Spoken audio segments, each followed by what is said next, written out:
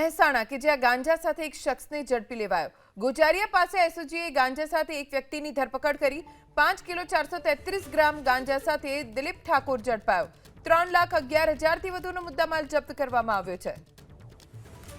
ગુજારિયા પાસે એસઓજીએ ગાંજા સાથે એક વ્યક્તિને ઝડપી લીધો। તેની પાસેથી આ ગાંજાનો જથ્થો ક્યાંથી આવ્યો છે, તે કોને આ જથ્થો પહોંચાડવાનો હતો, તેને લઈને હવે તપાસ ચાલુ કરવામાં આવી છે। મહેસાણામાંથી આ શખ્સ ઝડપાયો છે, જેને લઈને તપાસ ચાલુ છે। તેની સાથે અન્ય કોણ સંકળાયેલું છે તેની પણ પોલીસ તપાસ કરી રહી છે।